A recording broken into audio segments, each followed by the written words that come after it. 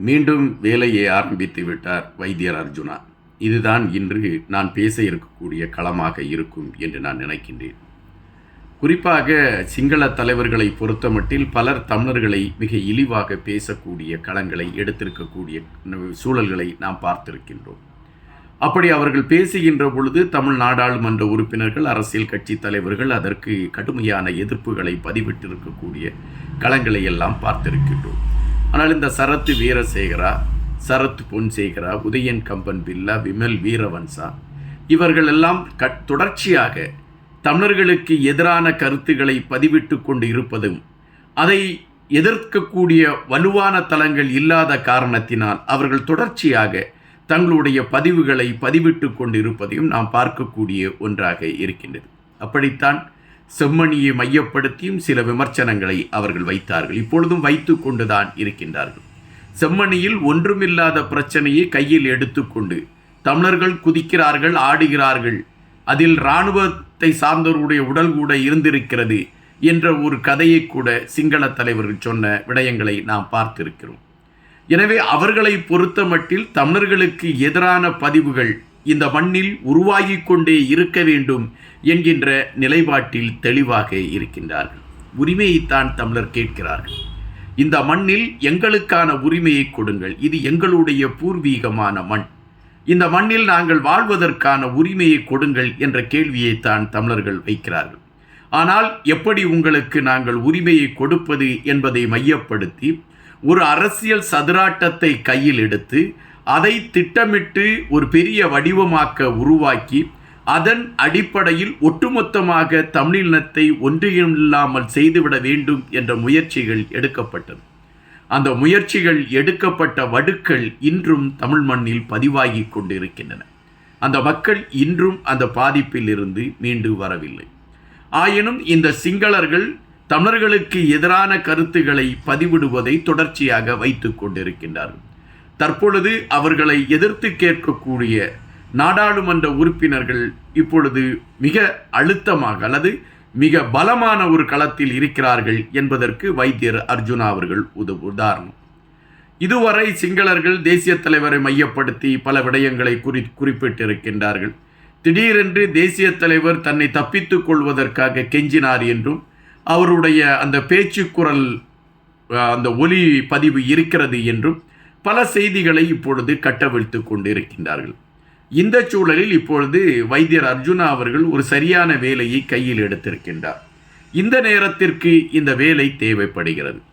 ஒரு புத்த பிக்கு, அதாவது புத்த தேரர் என்று கூட அவரை அழைத்து கொள்ளலாம். அவர் நாடாளுமன்றத்தில் கூட வருவதற்கான களங்கள் அமைந்து நாடாளுமன்றத்தில் பேசினார் என்கின்ற பதிவுகள் அவரை மையப்படுத்தி இருக்கின்றன. அந்த புத்த தேரர் இப்பொழுது ஒரு கருத்தை பதிவிட்டிருக்கின்றார். அந்த கருத்து ஒன்றும் பிரதானமான கருத்தல்ல. அவர்கள் ஏறக்குறைய முன்பு சொன்ன கருத்தையே இந்த புத்த தேரர் இப்பொழுது அதை வலுவாக அழுத்தமாக பதிவிட்டிருக்கின்றார். அதாவது இந்த இலங்கை ஒட்டுமொத்தமாக சிங்களர்களுடைய பூமி, இங்கு இது எங்களுடைய சொந்த பூமி. இந்த பூமியில் குடியேறியவர்களாக வந்தவர்கள் தான் தமிழர்கள். அப்படி குடியேறிகளாக வந்தவர்களுக்கு என்ன கொடுக்க வேண்டுமோ அந்த அதிகாரங்களை இந்த அரசாங்கம் கொடுத்திருக்கிறது.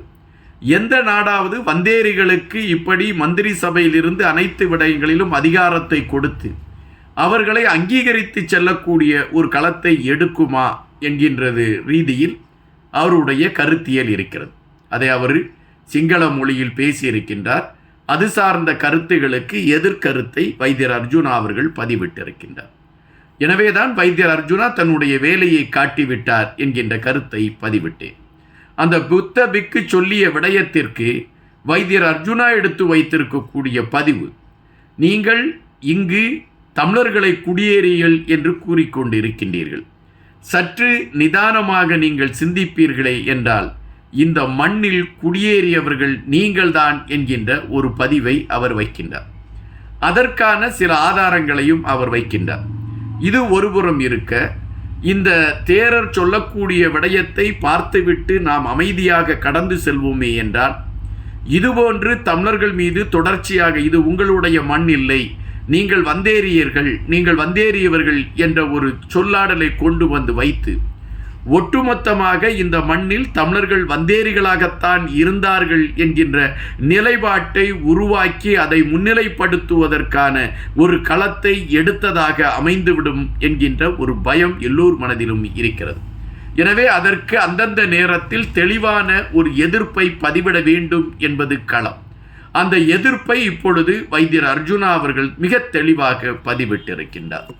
வைத்தியர் அர்ஜுனாவிடம் ஒரு பிரச்சனை வருகிறது என்றால் அந்த பிரச்சனைக்கான தீர்வை அவர் கண்டிப்பாக கொண்டு வந்து நிறுத்தி விடுவார். நீங்கள் ஒன்றுமில்லை, ஒரு குடும்பத்தை சார்ந்தவர்கள் தங்களுடைய காணி பறிக்கப்பட்ட விடயத்தை மையப்படுத்தி பல மனுக்களை பலருக்கு எழுதி அனுப்பி கொண்டிருந்தார்கள். ஆனால் அவர்களுக்கு விடிவு கட்டவில்லை. உடனடியாக யாரோ சொல்லி இருக்கிறார், நீங்கள் வைத்தியர் அர்ஜுனாவை நாட வேண்டியது தானே என்று. உடனடியாக அவர்கள் வைத்தியர் அர்ஜுனாவை நாடுகின்றார்கள். அந்த காணி கிடைப்பதற்கான ஒரு களம் அமைகின்றது. 170 வேலையாட்கள் ஒரு மருத்துவமனையிலே வேலை செய்து கொண்டிருக்கின்றார்கள், சம்பளம் இல்லாமல். அவர்களை வேலையில் சேர்க்க வேண்டும் என்கின்ற நிலைப்பாடு அல்லது அவர்களுக்கான கூலி கொடுக்க வேண்டும் என்கின்ற நிலைப்பாடு. அவர்கள் பலரிடம் இதை குறித்து பேசுகின்றார்கள். ஆனால் அவர்கள் சார்ந்த விடயம் நாடாளுமன்றத்தில் எடுத்து வைக்கப்படவில்லை. ஆனால் கடைசியாக வைத்தியர் அர்ஜுனாவிடம் வருகிறார்கள். உடனடியாக அவர்களை அழைத்து கொண்டு சுகாதாரத்துறை அமைச்சரை பார்க்கின்றார். சுகாதாரத்துறை அமைச்சரை பார்த்து இவர்களுக்கான பிரச்சனைகளுக்கு நீங்கள் தீர்வு சொல்ல வேண்டும் என்ற கருத்தியலை எடுத்து வைக்கிறார். அதன் பின்பு நாடாளுமன்றத்தில் இது சார்ந்த கருத்துக்களை எடுத்து வைக்கிறார். அவர்களுக்கு என்ன தீர்வு என்கின்ற விடயத்தில் இந்த அரசு ஒரு தெளிவான பாதையை உருவாக்க வேண்டும் என்ற கருத்தியலை எடுத்து வைக்கிறார். அது ஒரு மாற்றத்தை கொண்டு வரக்கூடிய களத்தை கொண்டதாக அமைகின்றது. அதுபோலத்தான் செம்மணி புதைகுழி. இந்த செம்மணி புதைகுழியில் தமிழர்களுடைய எச்சங்கள் கண்டுபிடிக்கப்பட்டு கொண்டு இருக்கிறது என்கின்ற விடயத்தை மையப்படுத்தி பல செய்திகள் வந்த பொழுது, அதன் அடுத்த நகர்வு என்ன என்ற கேள்வி வந்த பொழுது, அதற்கான ஒரு களத்திற்குள் அந்த போராட்டம் நடத்தி கொண்டிருந்த அந்த தோழர்களோடு அதற்கான களத்திற்குள் வைத்தியர் அர்ஜுனாவும் செல்ல அந்த விடயம் இன்று ஐநாவின் கதவை தட்டி இருக்கிறது. எனவே தமிழர் சார்ந்த எந்த விடயங்களையும் முன்னிலைப்படுத்தி கொண்டு செல்வதற்கான ஒரு களத்தில் வைத்தியர் அர்ஜுனா அவர்கள் முதன்மையாக இருக்கிறார் என்பதை மீண்டும் நிரூபித்திருக்கின்றார். இந்த புத்தத்தேரர் எடுத்து வைத்த கருத்திற்கு பதில் உரைத்து, நாங்கள் சிங்களர்களுக்கு பயந்து சென்று விடுவோம் என்ற நிலைப்பாட்டை நீங்கள் எடுத்துக்கொண்டு இருக்காதீர்கள்.